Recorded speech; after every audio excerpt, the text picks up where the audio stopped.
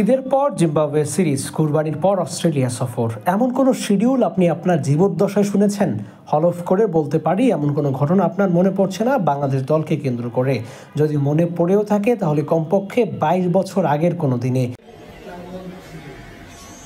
যে দিনগুলোতে বাংলাদেশ দলের হয়ে যারা খেলতেন তাদের কেউ আর ক্রিকেটে নেই। প্রায় 2 যুগ কেটে গেলেও বাংলাদেশ দলকে অস্ট্রেলিয়া দল কখনোই আতিথেয়তা দেয়নি তাদের মাটিতে। বিশ্বকাপ বাদে অস্ট্রেলিয়ার মাটিতে কখনোই ম্যাচ খেলতে পারেনি বাংলাদেশের সিনিয়রের মধ্যে অনেক ক্রিকেটারই। কারণটা কি? কারণ খুঁজতে হলে একটু গভীরে যেতে হবে। বাংলাদেশ দল জিম্বাবুয়ের বিপক্ষে ক্রিকেট খেলে খেলে আজকের অবস্থানে এসেছে।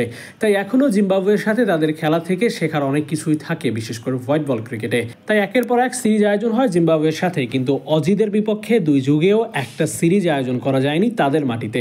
এমসিজিতে কখনোই দ্বিপাক্ষিক সিরিজ খেলার সুযোগ পায়নি বাংলাদেশের নতুন পুরনো ক্রিকেটাররা। তাদেরকে নিয়ে সিরিজ আয়োজনের যেন কোনো ইচ্ছাই নেই ক্রিকেট অস্ট্রেলিয়ার।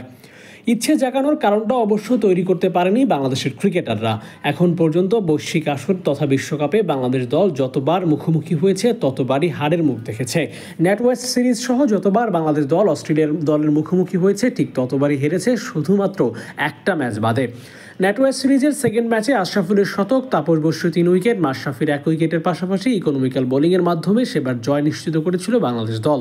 সে সময় মোহাম্মদ রফিকের মতো স্পিনার এখনকার দলে আছে কিনা সেটি বড় প্রশ্ন।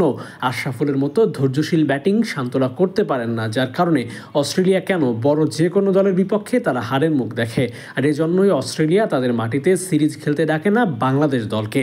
বড় দলের বিপক্ষে না খেলার কারণে বড় কোনো চ্যালেঞ্জের মুখেও পড়তে হয় না, যার কারণে ব্যাটারদের টেকনিক্যাল ও মেন্টালি কোনো উন্নতি হয় না। আর এই কারণেই বাংলাদেশের পিছিয়ে পড়া। বাংলাদেশ দলের এই পিছিয়ে পড়া তাদেরকে ক্রিকেট ন্যাশন হিসেবে বড় করে দেখে না ক্রিকেট বিশ্ব। এজন্যই ক্রিকেট বোদ্ধারা মাঝে মধ্যেই বলেন বাংলাদেশের ক্রিকেট পিছিয়ে আছে কমপক্ষে 10 বছর। 2015 সালে বাংলাদেশ দল যেমন খেলত 2025-এ এসেও সেই একই ধারা বজায় রেখেছে। বোলিংয়ে উন্নতি হলে ব্যাটিংয়ে হয় না, ব্যাটিংয়ে হলে বোলিংয়ে হয় না। এমন নানান জায়গা রয়েছে যেখানে টাইগারদের উন্নতি করার জায়গা রয়েছে।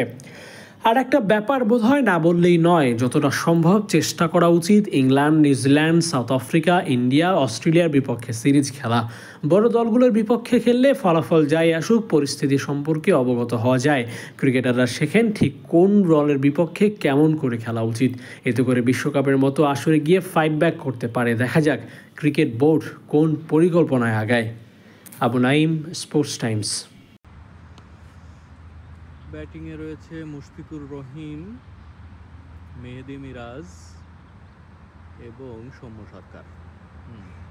3 জন ব্যাট করছেন এবং গতির ঝড় তুলছেন নাহিদ রানা, মুস্তাফিজুর রহমান এবং আমাদের তাসকিন।